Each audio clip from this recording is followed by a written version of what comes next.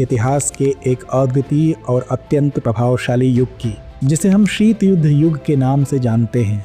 शीत युद्ध युग विश्व राजनीति का एक ऐसा दौर था जिसने वैश्विक शक्ति संतुलन और कूटनीतिक समीकरणों को पूरी तरह से बदल दिया। यह युग द्वितीय विश्व युद्ध के समाप्त होने के बाद शुरू हुआ और 1991 में सोवियत संघ के विघटन के साथ समाप्त हुआ। इस कालखंड में दो महाशक्तियों संयुक्त राज्य अमेरिका और सोवियत संघ के बीच तीव्र प्रतिस्पर्धा और तनाव देखा गया। इस प्रतिस्पर्धा को शीत युद्ध कहा जाता है क्योंकि यह प्रत्यक्ष युद्ध के बजाय विचारधाराओं और प्रभाव क्षेत्र के लिए लड़ा गया संघर्ष था। यह युग पूंजीवाद और साम्यवाद के बीच टकराव का प्रतीक था, जो न केवल सैन्य बल्कि आर्थिक, राजनीतिक और सामाजिक स्तर पर भी स्पष्ट रूप से देखा गया। द्वितीय विश्व युद्ध के बाद विश्व में दो प्रमुख शक्ति गुट उभरे। पहला गुट पश्चिमी ब्लॉक था, जिसका नेतृत्व संयुक्त राज्य अमेरिका कर रहा था। यह गुट पूंजीवादी अर्थव्यवस्था और लोकतांत्रिक शासन प्रणाली का समर्थक था। इस गुट ने 1949 में नाटो का गठन किया, जो पश्चिमी देशों का सैन्य गठबंधन था।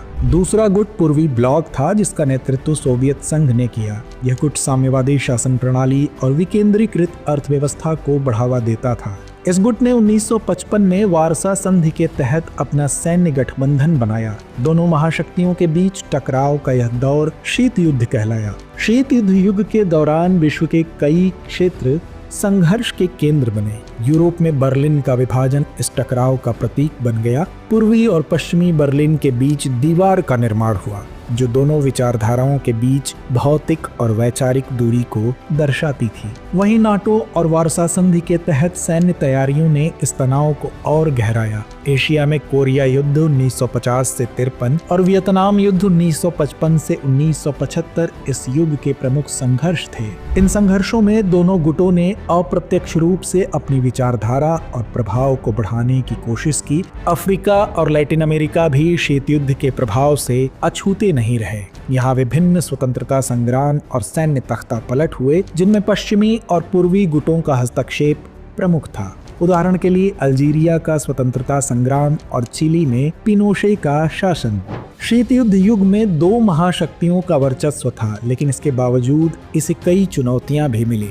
इनमें सबसे महत्वपूर्ण गुट निरपेक्ष आंदोलन था। इस आंदोलन का उद्देश्य था कि देश किसी भी शक्ति गुट में शामिल न होकर स्वतंत्र विदेश नीति अपनाएं। इस आंदोलन की शुरुआत भारत के प्रधानमंत्री जवाहरलाल नेहरू, मिस्र के जमाल अब्देल नासिर और यूगोस्लाविया के जोसेफ टीटो ने की। 1961 में बेलग्रेड में इसका पहला औपचारिक सम्मेलन हुआ। यह आंदोलन विकासशील देशों के लिए एक मंच बन गया, जहां उन्होंने अपनी आवाज को प्रमुख महाशक्तियों के सामने रखने का प्रयास किया।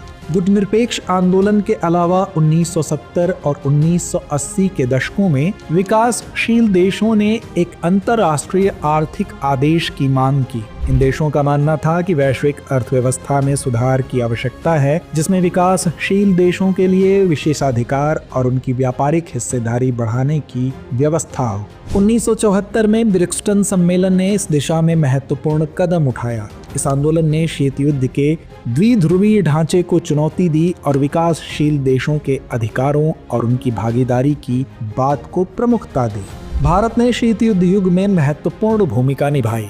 भारत ने गुट निरपेक्ष आंदोलन में नेतृत्व करते हुए तीसरी दुनिया के देशों को एकजुट करने का प्रयास किया। नेहरू ने इस आंदोलन के माध्यम से शीत युद्ध की विचारधारा से अलग रहते हुए स्वतंत्र विदेश नीति अपनाई। भारत ने अपने कूटनीतिक संबंधों में संतुलन बनाए रखा और अमेरिका तथा सोवियत संघ दोनों के साथ मित्रतापूर्ण संबंध स्थापित किए। 1971 में भारत ने सोवियत संघ के साथ एक समझौता किया, जिसने बांग्लादेश के निर्माण में अहम भूमिका निभाई।